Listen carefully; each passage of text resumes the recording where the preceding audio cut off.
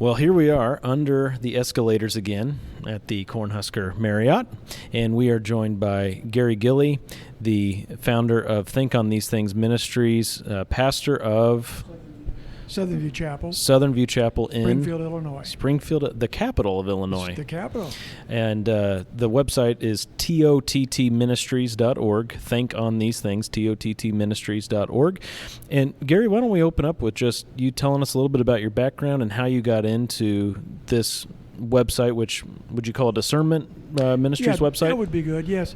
Well, I've been a pastor for 48 years, but the website started maybe 25 years ago, or not the website, but the ministry, when a mission organization asked me to start writing some papers monthly, maybe to give their missionaries insights into what was going on in America. Now, that was back before internet.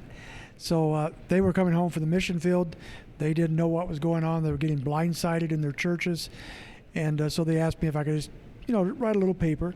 So I started writing this paper about once a month. It's a one-page paper at first. And it started to expand. I started writing longer papers on more issues, and then other people started wanting it, other mission organizations and churches and individuals, and it grew to several thousand people, maybe a couple thousand people that were getting it every month. And then eventually I started adding book reviews to that writing. So we have about 800 book reviews on our website that deals with both good and bad books, mostly Christian books.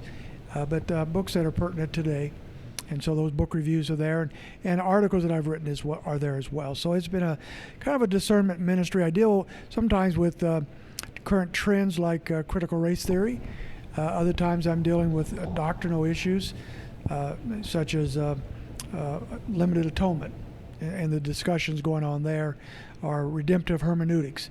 Just so, whatever I'm into right now. The Enneagram is something I've written on recently. So it depends on what I'm studying and what's going on, but those type of things.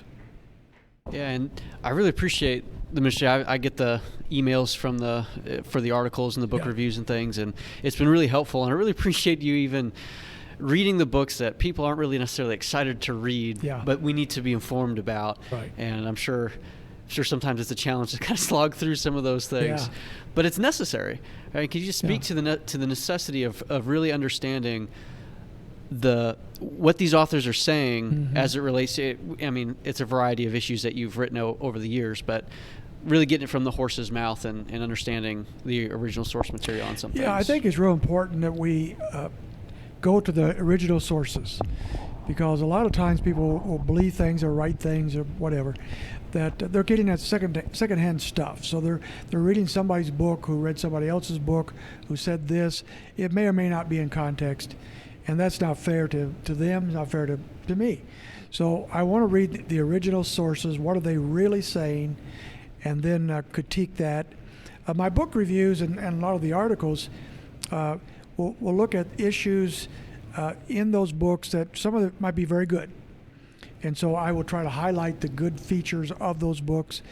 But I'm trying to look from every one of my book reviews is coming from the angle, does this come from Scripture?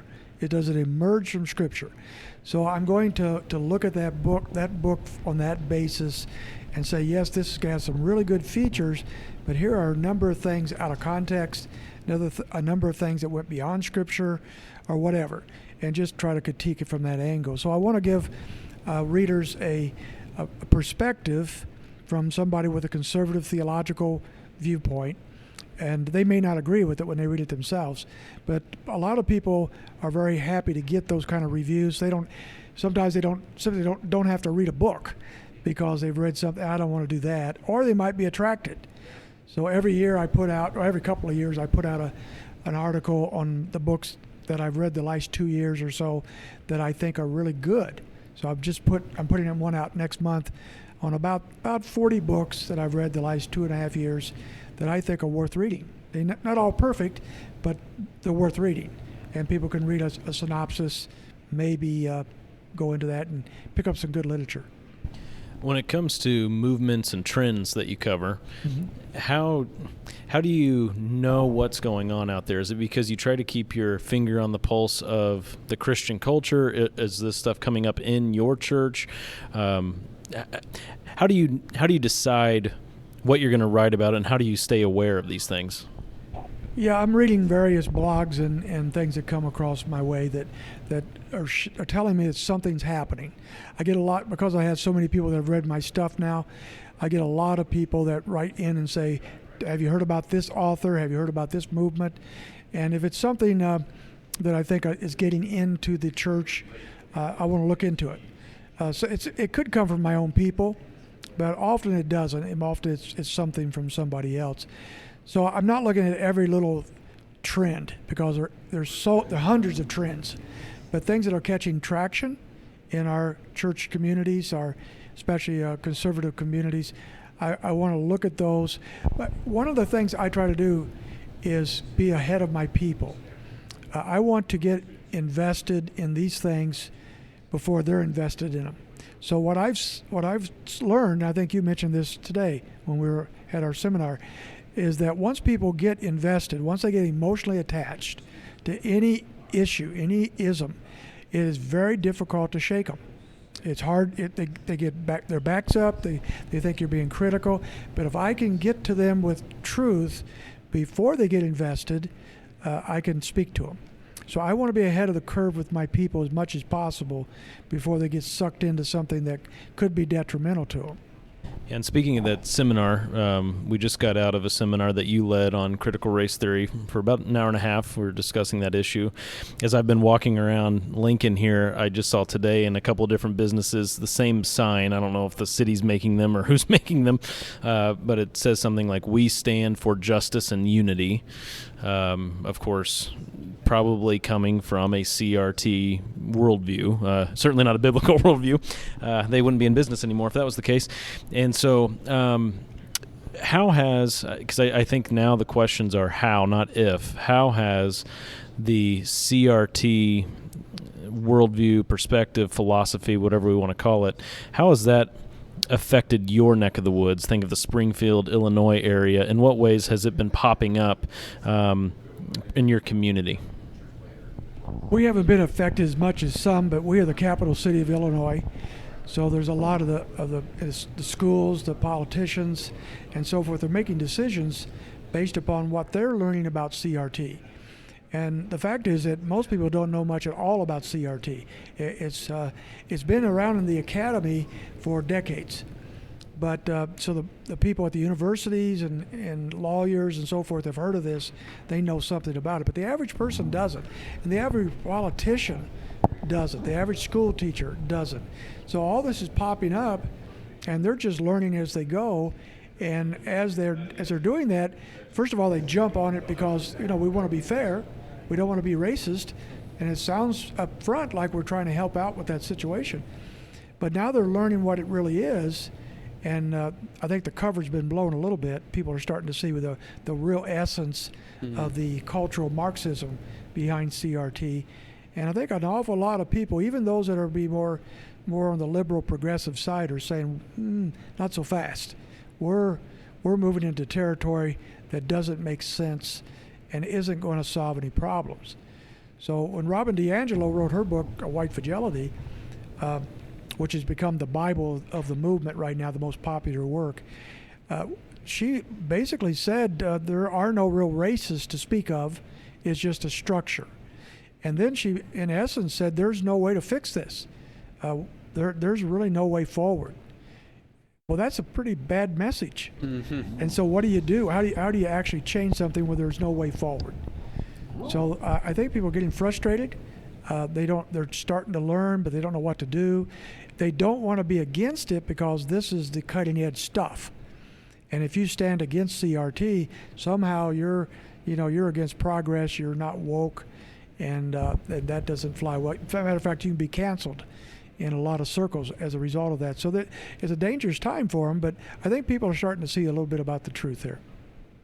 So some of my personal interactions that I've had with some people about some of these issues, like you mentioned, most people don't know the in-depths of CRT and where a lot of the ideology has come from and all the ins and outs of it, but they're drawn to the movement because of a perception of oppression, of where, okay, this there's this community that's been kept down, and think that that's wrong and they want to do something about it. And so here's a system that's trying to do something about it, and so they jump on board with that.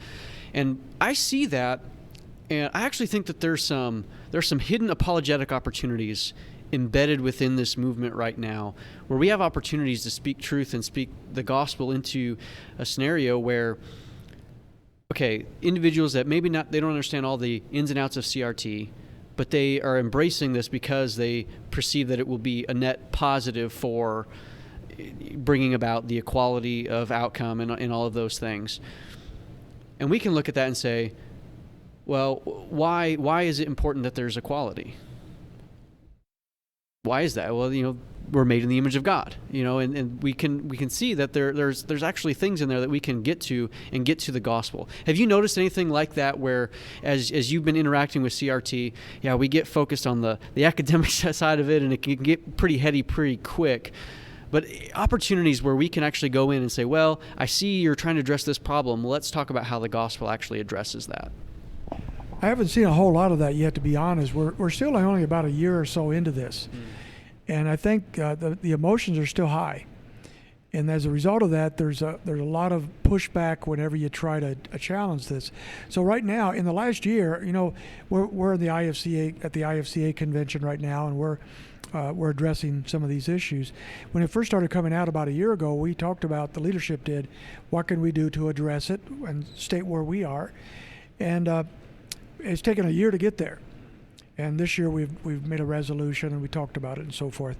But in that year, a lot of books have come out, a lot of podcasts, a lot of discussion on all sides have come out. We were fairly ignorant of a lot of things until more recently, and I think we're just catching up now.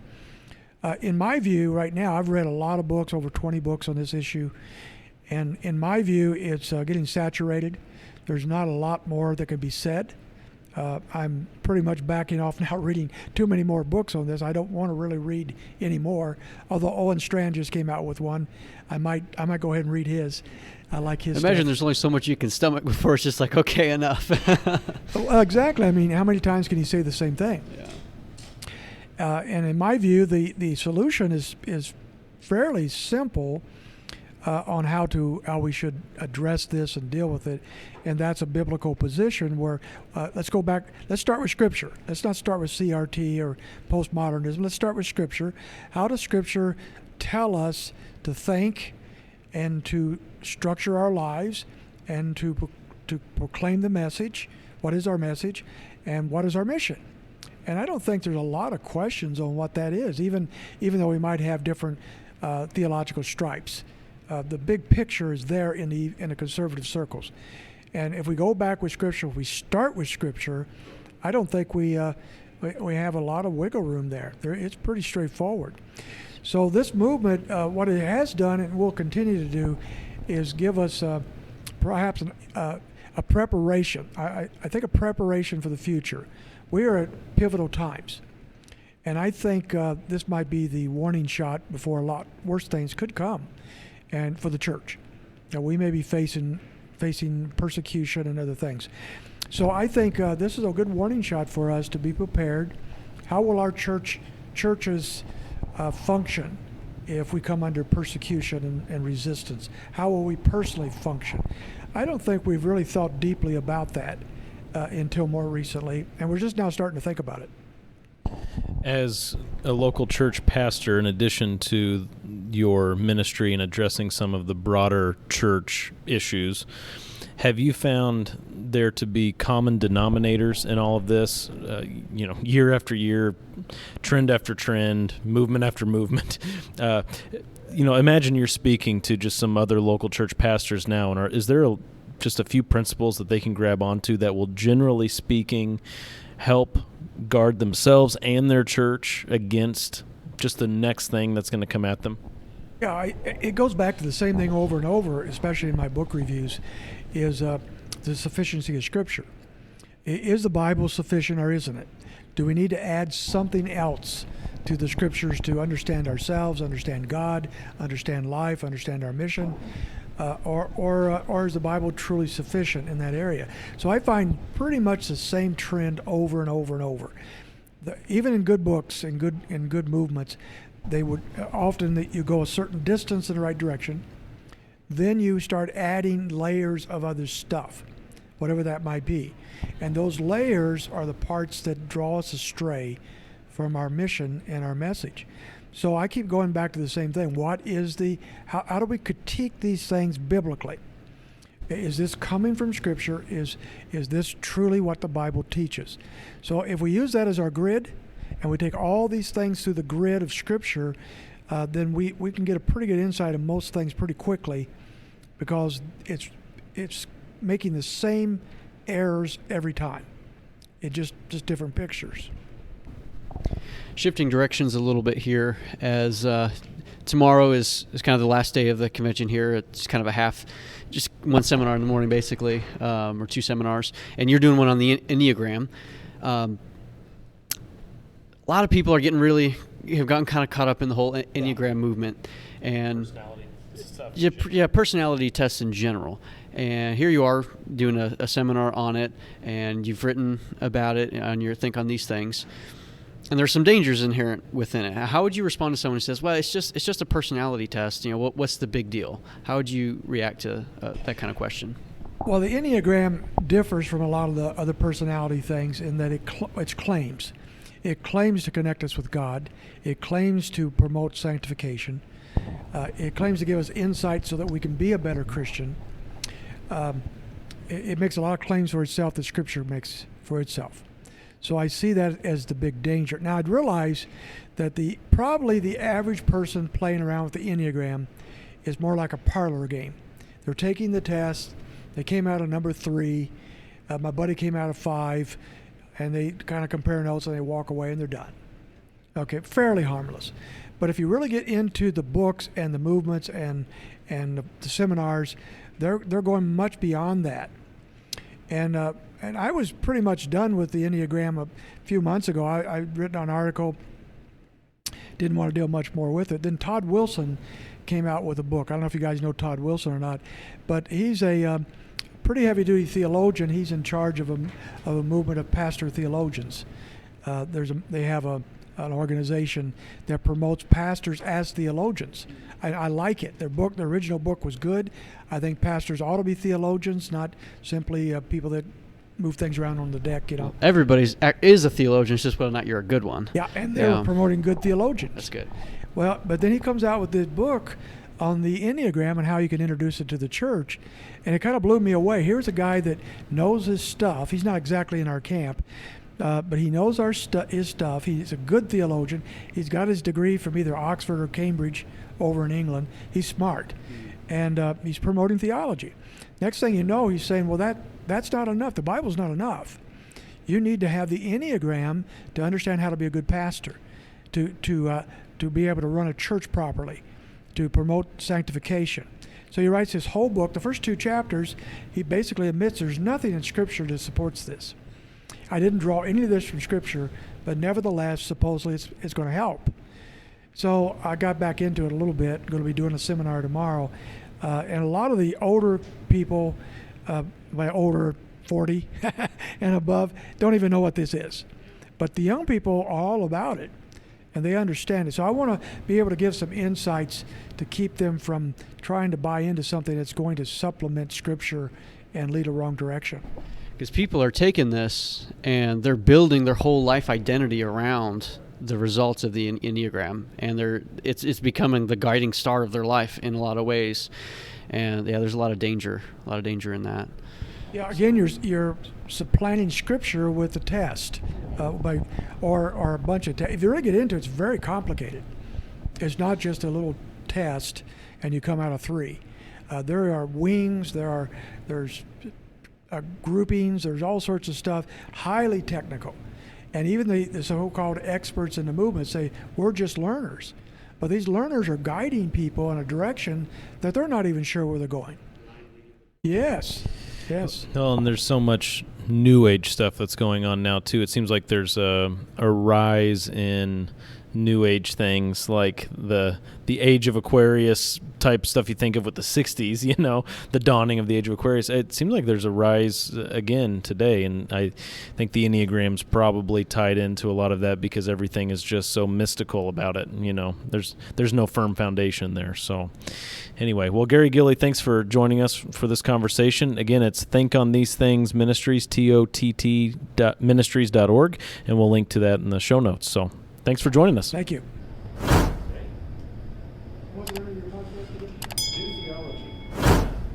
theology. As much as I've talked to people about it, I was thinking we should have had cards. Yeah. To have that.